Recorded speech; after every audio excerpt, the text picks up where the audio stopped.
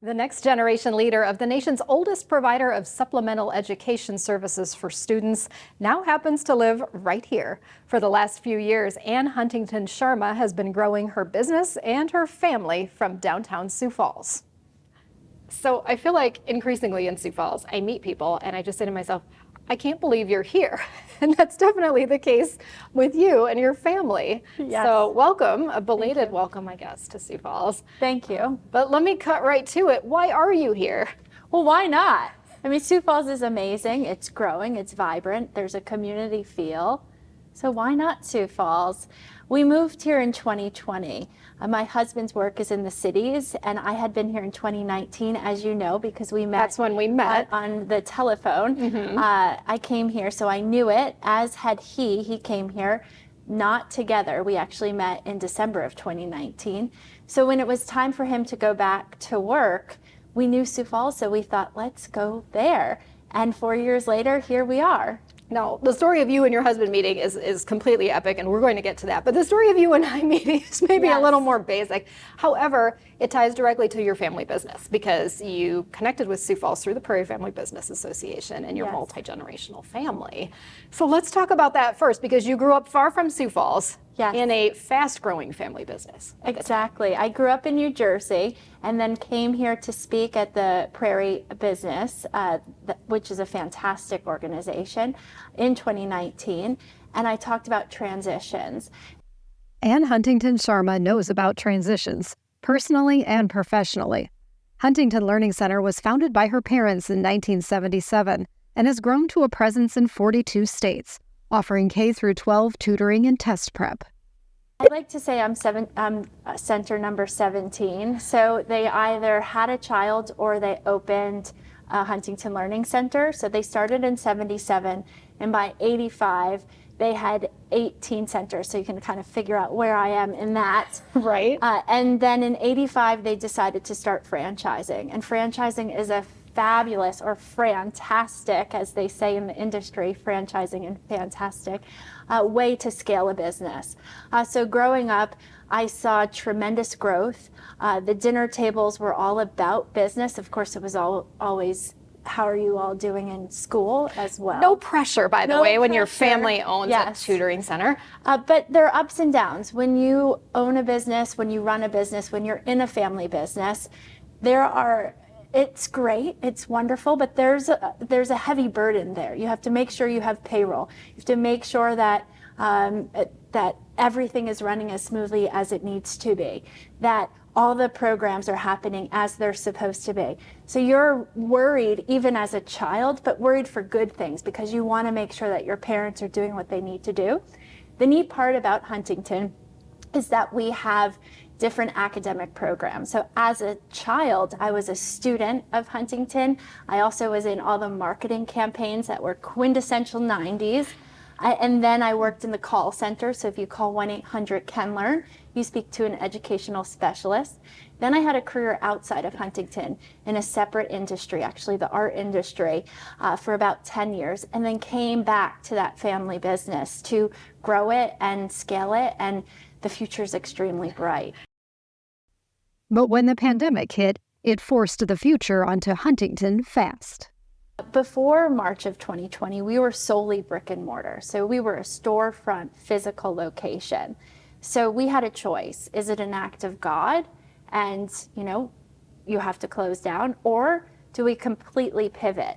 So our COVID story and the transformation that I led, so at this point I had become president. I became president in October of 2019.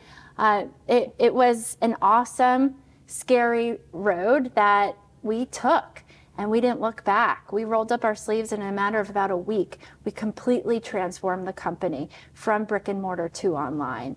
So I like to say that we became a 40-plus-year-old startup because we were iterating, we were changing, we were rolling out programs so quickly to help our franchisees and help our students, to make sure that if that physical door closed, it would remain open virtually. So that was the real rock and roll, amazing story that was tremendous to oversee and lead. Even before that, though, we had been conceptualizing what does online look like, how are we going to go down this path. but we were in a boardroom. It was very conceptual. We had time on our side. When COVID comes, this is where you really had to, go forth and make sure it worked. So that was the true transformation. Nevertheless, before that, in a family business, there are lots of twists and turns that you take. And sometimes if you are in a family business, sometimes it makes sense not to be in the family business. That doesn't mean that you're not part of the family. It just means that you are not in the business. So the reason why my parents and I work really well together is we're aligned. There's tremendous respect and trust. Of course, we're human, so sometimes Ray, who's my father, also the chairman, we can butt heads, but it's healthy. It shows that we're truly passionate and we need to get where we need to go. We just need to get there quicker, in my mind. No. At the same time, she had started dating her future husband, Sam, a medical technology entrepreneur, and they spent quarantine together.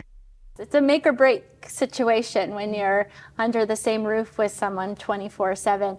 And it was actually, it solidified our relationship, and it also enabled him to understand what I did, because before that we were dating and it was a different environment, but then he saw that it was 24/7 family business, helping all of these students, helping these franchisees, and making sure we led the right way. So he saw that, which I think enabled him to understand who I was and what this family business is a bit more. So when did you exactly come to Sioux Falls, and what was it that made you decide this is the place for us? So June of 2020. So right in the middle of everything. Right when it was the height of COVID, we drove cross country, or I guess mid cross country, to Sioux Falls. We decided Sioux Falls because I had been here in 2019. He had been here in 2019 before we met.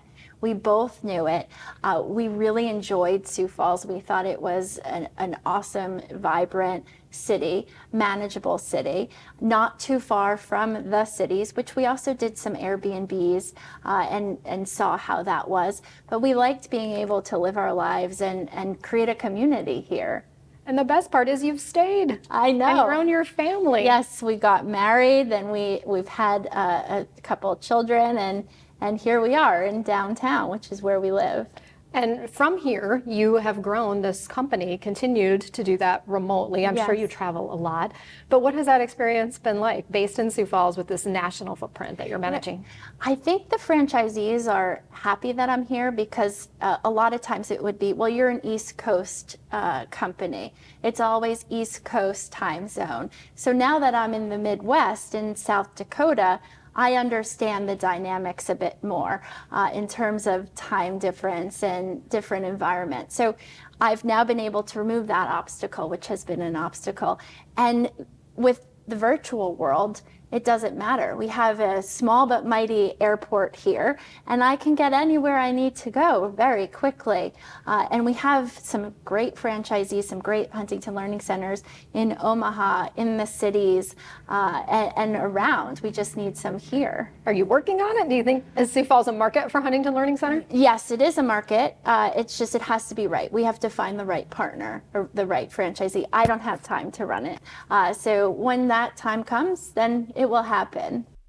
Huntington Learning Center today has about 300 locations and 250 franchisees, offering in-person, online, and hybrid programs.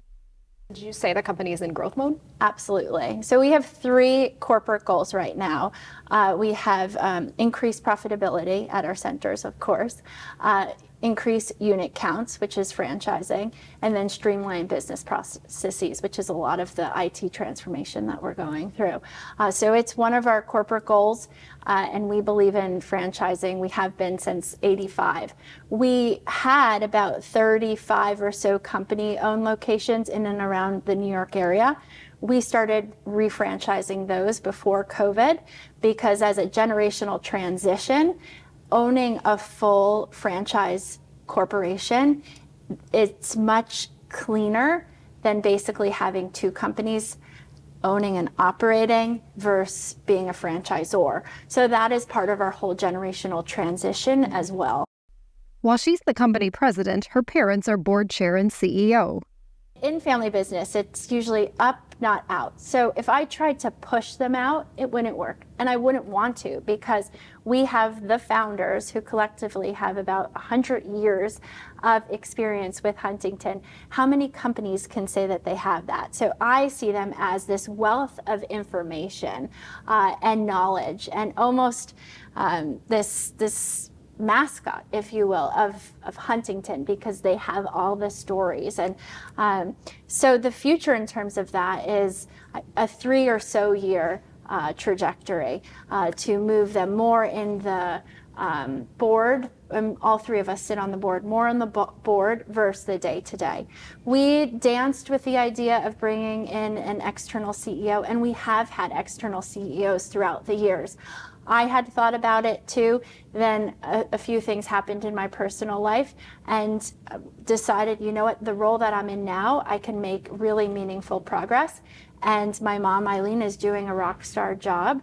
And so we decided it doesn't make sense to bring in a third party yet, but it will soon.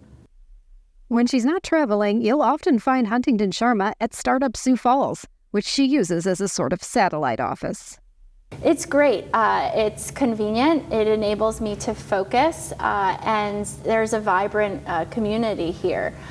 So it's cool. And it has that startup culture. Even though we are an established company, I run the departments in the company in such a way that it's let's push forward. So right now we actually just created a whole new AI division of our IT department, which is separate from our IT department. So it's almost operating like a separate entity, if you will. So that is vibrant, and it's also it's awesome in terms of what we're able to accomplish. We are creating e-curricula. We're using large language model to build out a whole library of opportunities for our students, and maybe even more students. So being here, I feel that energy, and I'd like to be here more. I've been a little bit busy having a couple kids, but I'll be in this space more to work. Life in downtown Sioux Falls has been a fit for the family, too. We have 2 under 2, which is a whole other topic of conversation. But there's so much happening downtown, and there are other families who are similar to us, who we've become friends with. And there are a lot of organizations to go to, such as music class or gym. So it's enabled us to be able to go to the Washington Pavilion, to go to the library, to visit the coffee shops, to go to the Levitt. Her background and passion for the arts also are finding a home in Sioux Falls.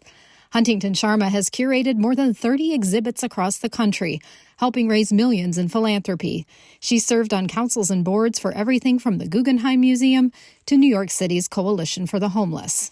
In art, you can wear a lot of different hats. So right now I'm focused on some organizations and collecting. As luck would have it, I feel like when we put something out into the universe, it comes back to us.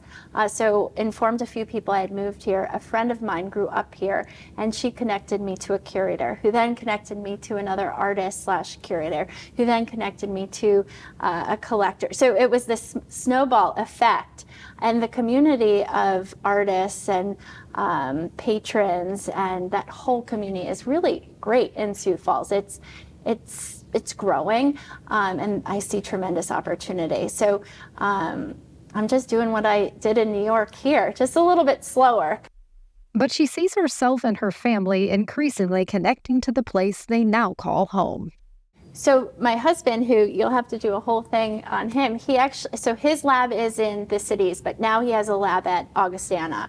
And his 2 devices that he has going towards FDA submission are there, and then he sees that he's going to be using the lab here more. And then he and I have some ideas in terms of a few opportunities that are outside of Huntington and outside of his domain right now. But in terms of my involvement here, continuing to run Huntington Learning Center from this location, maybe opening a couple Huntington Learning Centers here, and getting more involved in terms of education and art and potentially some other types of organizations that are near and dear to me, and also trying to figure out schools for my kids. Just a few things on your plate. Yes, but I think I have the education, so I think that whatever happens, they're going to learn through Huntington Learning Center, and I'll figure out that. I think they're covered there. Yes. Well, again, welcome. So good to have you and your family here. Thank I can't you. wait to see what's next. Thank you so much. We'd like to thank MarketBeat for sponsoring the CEO series. Stay tuned for more conversations with CEOs making news throughout the year. And of course, for all your latest business headlines, head over to www.SiouxFalls.Business.